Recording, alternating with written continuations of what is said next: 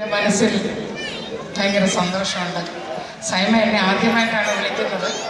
അപ്പം ഞാൻ ചോദിച്ചു അവരുടെ ഇതുകൊണ്ട് എനിക്ക് വയസ്സായി പോകുമെന്ന് തന്നെ ഞാൻ ശ്രീദേവിയോടൊക്കെ ചോദിച്ചു. അയ്യോ അല്ല ചേച്ചി, ഇതിൽ കൂടുതലൊന്ന് ചേച്ചിക്ക് ഞങ്ങൾക്ക് ആർക്കും പ്രതീക്ഷയില്ല. ചേച്ചിക്ക് ഇതാണ് കിട്ടേണ്ടതെന്നാണ് ഞങ്ങളുടെ ഒരു ധാരണ. അതുകൊണ്ടാണ് ചേച്ചി ഇതിനെ വിളിക്കുന്നത്. അപ്പം ആരാ തരുന്നതെന്ന് ഞാൻ ചോദിച്ചു. അപ്പം പറഞ്ഞു ചേച്ചിക്ക് തരാൻ അർഹതപ്പെട്ട ഒരാളെ ഞങ്ങൾ കണ്ടുവച്ചിട്ടുണ്ടെന്ന് പറഞ്ഞു. ഇപ്പം ഇവിടെ സ്റ്റേജിൻ്റെ പുറകിൽ വന്ന് അദ്ദേഹം അവിടെ നിന്നപ്പോഴും എനിക്ക് ഈ അവാർഡ് തരാനാണ് വന്നതെന്ന് എനിക്കറിയില്ലായിരുന്നു. ഇപ്പം പറഞ്ഞപ്പോൾ ഇവിടെ വന്ന് കണ്ട് വളരെയധികം സന്തോഷമുണ്ട്. ഇത് കണ്ടുകൊണ്ടിരിക്കുന്ന എല്ലാ എൻ്റെ പ്രേക്ഷകർക്കും എന്നെ ഇനിയും പ്രോത്സാഹിപ്പിക്കണം. ഞാൻ അഭിനയത്തിൽ ഇനിയും ചെറിയ കുട്ടി തന്നെയാണ്. ലാലിനേക്കാളും ചെറിയ കുട്ടിയാണ് ഞാൻ. ഇവരുടെ കൂടെ ഒക്കെ നിന്ന് അഭിനയിക്കുമ്പോൾ പുതിയ ആൾക്കാരുടെ കൂട്ടത്തിൽ നിന്ന് ജയസൂര്യ, എല്ലാവർക്കും പൃഥ്വിരാജ്, എല്ലാവരുടെ കൂടെ അഭിനയിക്കുമ്പോഴും ഞാൻ അവരിലൊക്കെ ചെറിയ കുട്ടി തന്നെയാണ്. അവരുടെയൊക്കെ അഭിനയം കണ്ടു തന്നെ നമ്മൾ പുതിയ ആൾക്കാരുടെ കൂടെ നിൽക്കുമ്പോഴും പഴയ ആൾക്കാരുടെ കൂടെ നിൽക്കുമ്പോഴും ആരുടെ കൂടെ നിൽക്കുമ്പോഴും അവരോടൊപ്പം നിൽക്കുക.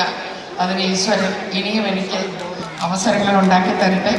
എല്ലാ കുട്ടികളോടും അമ്മയായിട്ടും എന്ത് വേഷമാണെങ്കിലും ചെയ്യാൻ ഞാൻ എന്നും തയ്യാറാണ്. അതുകൊണ്ട് ന്യൂ ജനറേഷനോട് കൂടി ഞാൻ പറയുകയാണ്, ഞാൻ ഈ ഒരു അവാർഡ് വാങ്ങിച്ച് ഞാൻ ഒതുങ്ങുന്നില്ല. എല്ലാവരുടെ മുമ്പിൽ ഇനിയും കാണും. നിങ്ങളുടെ ഉള്ള അനുഗ്രഹം എനിക്കുണ്ടാവണം. നന്ദി, നമസ്കാരം. Lal sir, please a few words on your association with them. Good evening. നല്ലൊരു സായാഹ്നം നേരുന്നു. സൈമ, വളരെയധികം സന്തോഷം. ഞാൻ ഒരുപാട് കടപ്പെട്ടിരിക്കുന്നു. കാര്യം എന്നെ കൊണ്ട് ഈ അവാർഡ് ലളിത ചേച്ചിക്ക് കൊടുപ്പിച്ചതിന്.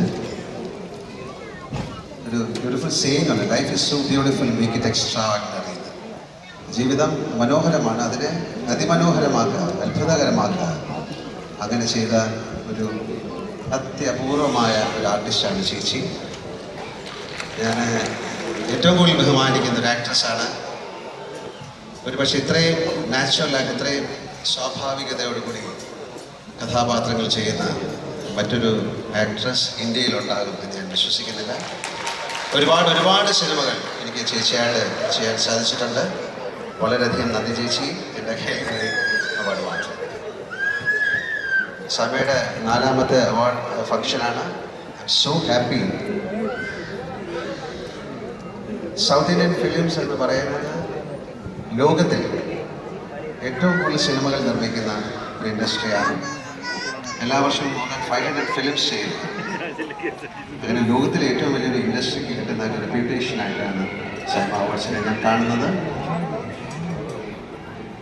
മലയാളം, തമിഴ്, തെലുങ്ക്, കന്നഡ ഒരുപാട് സിനിമകൾ ഈ ഭാഷയിൽ നിന്നുണ്ടാകുന്നുണ്ട്.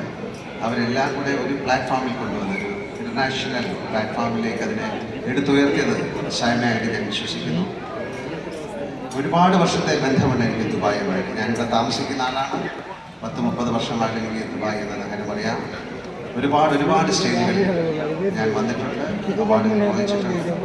ഞാൻ ചേച്ചിയാണ് ഒരുപാട് സ്റ്റേജുകളിൽ പെർഫോം ചെയ്തിട്ടുണ്ട്. എൻ്റെ ഒരു 2ാമത്തെ വീട് പോലെ തന്നെയാണ് ദുബായ്.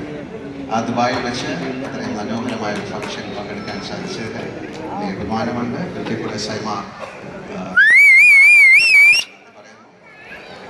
വേറൊരു കാര്യം എടുത്ത് പറയേണ്ടത്, ഈ തമിഴ്, തെലുങ്ക് അല്ലെങ്കിൽ മലയാളം, കന്നഡ എന്ന് പറയുന്നതിനെക്കാട്ടിലും ഇതൊരു എല്ലാം കൂടെ ചേർന്ന ഒരു ഇൻഡസ്ട്രിയാണ്. എടുത്തു പറയാവുന്നൊരു കാര്യം, ബാഹുബലി എന്ന സിനിമയുടെ വിജയത്തിന്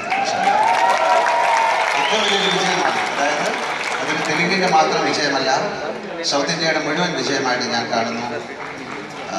ഏത് അന്യഭാഷ അല്ലെങ്കിൽ ഏത് നാഷണൽ ലെവലായാലും ഇൻ്റർനാഷണൽ ലെവലായാലും ഹോളിവുഡ് ലെവലായാലും ഒക്കെ അതിനോട് കിടപിടിക്കത്തക്ക രീതിയിൽ ആ സിനിമ നിർമ്മിച്ച അതിൻ്റെ കാസ്റ്റ് ആൻഡ് ക്രൂ, അതിൽ വർക്ക് ചെയ്ത എല്ലാവരും, പ്രത്യേകിച്ച് പീറ്റർ ഹെയ്ൻ, അതിൽ അത്ഭുതകരമായ ആക്ഷൻസ് ഒക്കെ കണ്ടക്ട് ചെയ്ത പീറ്റർ ഹെയ്ൻ, ഇതിന് മാത്രമേ അവരുള്ളൂ.